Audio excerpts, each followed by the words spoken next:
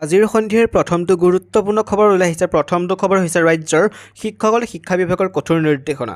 উচ্চ শিক্ষাৰ বাবে অনুমতি ল'ব লাগিব শিক্ষকে। অনুমতি অবিহনে উচ্চ শিক্ষালৈ শিক্ষকৰ বিৰুদ্ধে ল'ব ব্যৱস্থা। অনুমতি অবিহনে নামভৰ্তি কৰিব নোৱাৰিব BEd কলেজত। ধৰা পৰিলে বিভাগীয় ব্যৱস্থা ল'ব ৰাজ্য চৰকাৰে। এই মুহূৰ্তত জনা বিগ ব্ৰেকিং নিউজ। ৰাজ্যৰ শিক্ষকসকললৈ শিক্ষা বিভাগৰ কঠোৰ নিৰ্দেশনা জনাইছে। উচ্চ শিক্ষাৰ বাবে অনুমতি ল'ব লাগিব শিক্ষকসকলে। অনুমতি অবিহনেই উচ্চ শিক্ষাক লৈ শিক্ষকৰ বিৰুদ্ধে ল'ব ব্যৱস্থা। অনুমতি অবিহনে নামভৰ্তি কৰিব নোৱাৰিব BEd কলেজত। লগতে ধৰা পৰিলে বিভাগীয় ব্যৱস্থা ল'ব ৰাজ্য চৰকাৰে। ইণ্ডিয়াৰ প্ৰধানমন্ত্ৰী পদৰ প্ৰাৰ্থীৰূপে খড়গেৰ নাম প্ৰস্তাৱ। বিজেপি বিৰুদ্ধে 270খন আসনত প্ৰাৰ্থী দিব পাৰে কংগ্ৰেছে। আন দললৈ এৰিব 270খন। বৈঠকত সোনিয়া গান্ধী, ৰাহুল গান্ধী, লালু প্ৰসাদ যাদৱ, শাৰদ পাৱাৰ, অখিলেশ যাদৱ, MK ষ্টালিন, ফাৰুক আব্দুল্লা, ওমৰ আব্দুল্লা, মেহবুবা মুফতি, উদ্ধৱ ঠাকৰে ধৰি 18টা দলৰ নেতৃবৰ্গ যোগদান। বিৰোধী মৰ্চা ইণ্ডিয়াৰ মঙলবাৰে 19 ডিচেম্বৰত অনুষ্ঠিত চতুৰ্থখন বৈঠকত আজি পশ্চিমবংগৰ মুখ্যমন্ত্ৰী তথা তৃণমূল কংগ্ৰেছৰ মুৰব্বী মমতা বেনাৰ্জীয়ে কংগ্ৰেছৰ সভাপতি মল্লিকাৰ্জুন খাৰ্গেৰ নামৰ প্ৰচাৰ প্ৰধানমন্ত্ৰী পদৰ প্ৰাৰ্থীৰূপে প্ৰস্তাৱ কৰে। আনহাতে দিল্লীৰ মুখ্যমন্ত্ৰী তথা আপৰ মুৰব্বী অৰবিন্দ কেজৰিৱালে এই প্ৰস্তাৱত সমৰ্থন জনায়। উক্ত বৈঠকৰ পাছতে MDMKৰ নেতা ভাইকোৱে সংবাদ মাধ্যমৰ আগত এই কথা প্ৰকাশ কৰে। ইণ্ডিয়া মৰ্চাৰ প্ৰধানমন্ত্ৰী পদৰ প্ৰাৰ্থী কোন হ'ব সেই জল্পনা কল্পনা চলি থকাৰ সময়তে তথা শেহতীয়াকৈ বিজেপি দলিত আৰু OBC নেতাক দুখন ৰাজ্যৰ মুখ্যমন্ত্ৰী পতাৰ সময়ত মৰ্চা ইণ্ডিয়াই দলিত নেতা খাৰ্গেৰ নাম প্ৰধানমন্ত্ৰী পদৰ বাবে প্ৰস্তাৱ কৰাটো তাৎপৰ্যপূৰ্ণ। তদুপৰি কংগ্ৰেছৰ নেতা ৰাহুল গান্ধী আৰু JDUৰ নেতা নীতিশ কুমাৰৰ কথাও মুখ্যমন্ত্ৰী পদৰ বাবে চৰ্চিত হোৱাৰ সময়ত এনে প্ৰস্তাৱে ৰাজনৈতিক মহলত বিশেষ গুৰুত্ব লাভ কৰিব। অৱশ্যে কিছু নেতাই জনায় যে এই সম্পৰ্কত চূড়ান্ত সিদ্ধান্ত হোৱা নাই। আনহাতে দেশৰ প্ৰথম দলিত প্ৰধানমন্ত্ৰী হ'বলৈ খাৰ্গেৰ নাম প্ৰস্তাৱ কৰা সাংবাদিকৰ আগত খাৰ্গে কয় যে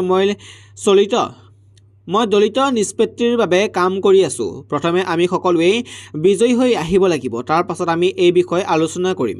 যদি আমাৰ সংখ্যাগৰিষ্ঠতা নাথাকে তেতিয়া প্ৰধানমন্ত্ৰীৰ কথা আলোচনা কৰি কি হ'ব?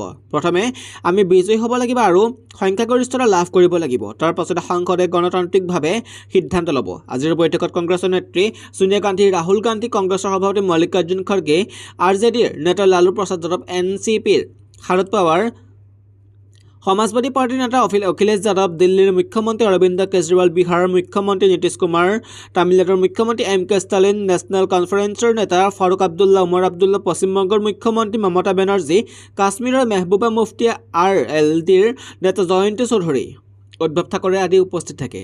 দিল্লীৰ অশোক হোটেলত অনুষ্ঠিত এই বৈঠকত মুঠ 18টা দলৰ প্ৰতিনিধি আছিল বুলি খাৰ্গে জনায়। শিক্ষক, বিষয়া, কৰ্মচাৰী, শ্ৰমিকৰ উত্তাল প্ৰতিবাদ। পুৰণি পেঞ্চন ব্যৱস্থা পুনৰ বাহালৰ দাবী। পুৰণি পেঞ্চন ব্যৱস্থা পুনৰ বাহালত দাবী আজি উত্তাল হ'ল মহানগৰী নাৰেংগী।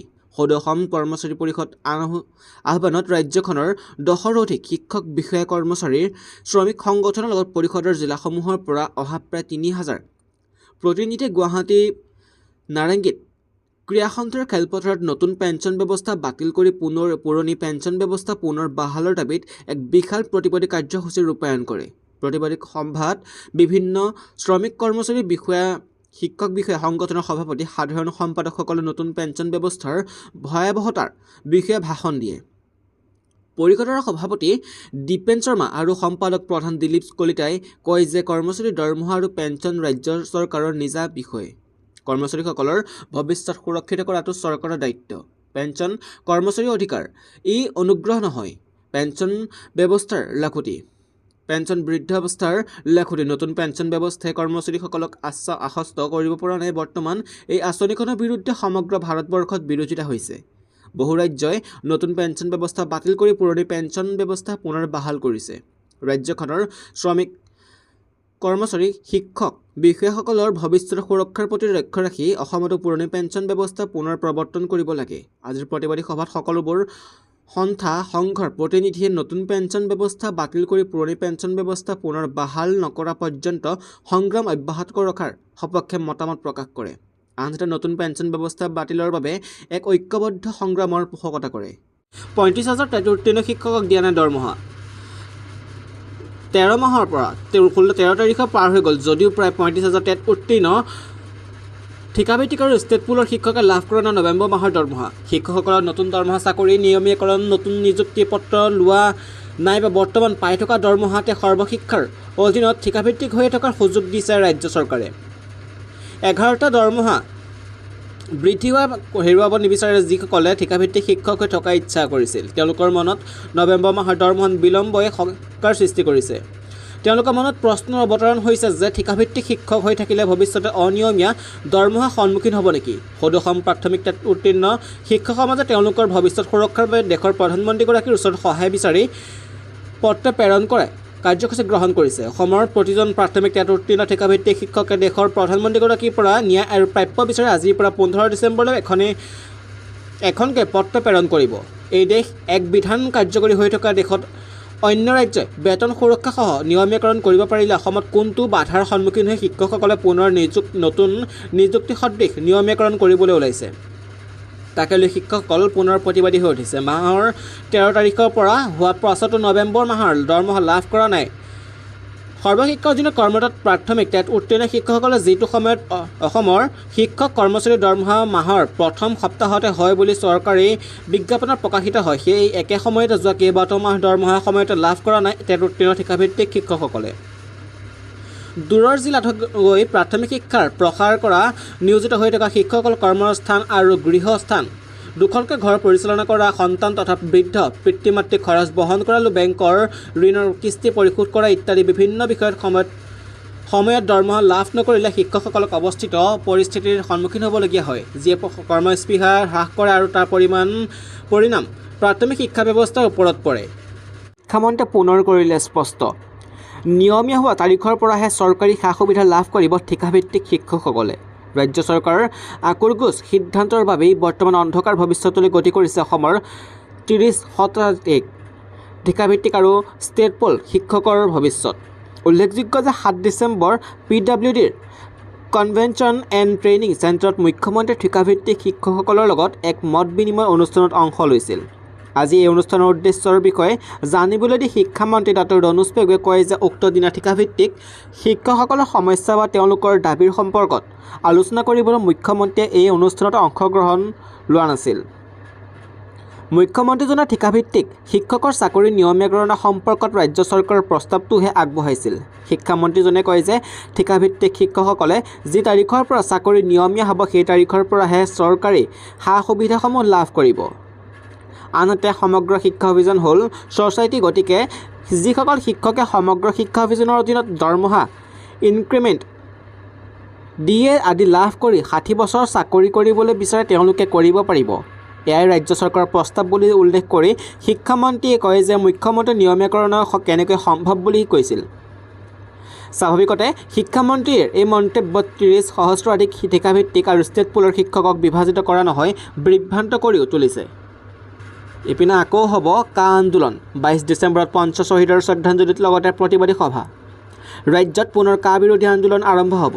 অহা 12 ডিচেম্বৰৰ পৰা ৰাজ্যত পুনৰ কা বিৰোধী আন্দোলন আৰম্ভ হ'ব। এই আন্দোলন কৰিব নাগৰিকত্ব সংশোধনী আইন কা বিৰুদ্ধে সমন্বয় সমিতি অসমে। আজি গুৱাহাটী প্ৰেছ ক্লাবত এক সংবাদমেলযোগে কমিটিৰ সভাপতি তথা বিশিষ্ট বুদ্ধিজীৱী ডঃ হীৰেণ গোহাঁই এই কথা ঘোষণা কৰে। তেওঁ কয় যে 12 ডিচেম্বৰত গুৱাহাটীত কা বিৰোধী প্ৰতিবাদী সভাৰ আয়োজন কৰা হৈছে। গুৱাহাটী কমাৰ্চ কলেজৰ সমীপৰ শিক্ষক ভৱনত এক শ্ৰদ্ধাঞ্জলি অনুষ্ঠানৰ লগতে কা বিৰোধী প্ৰতিবাদী সভাত অনুষ্ঠিত হ'ব।